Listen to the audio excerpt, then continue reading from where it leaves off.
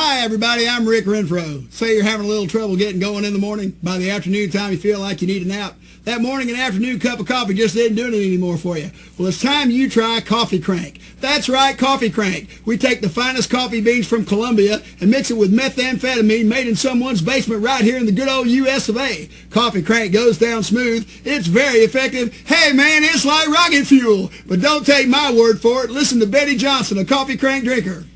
Hi, I'm Betty Johnson. Before I started drinking Coffee Crank, I was the worst employee at work.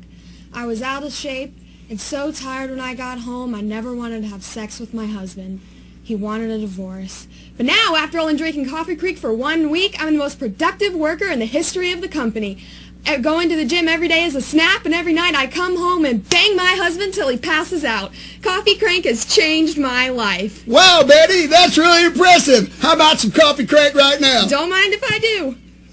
You can feel it working instantly.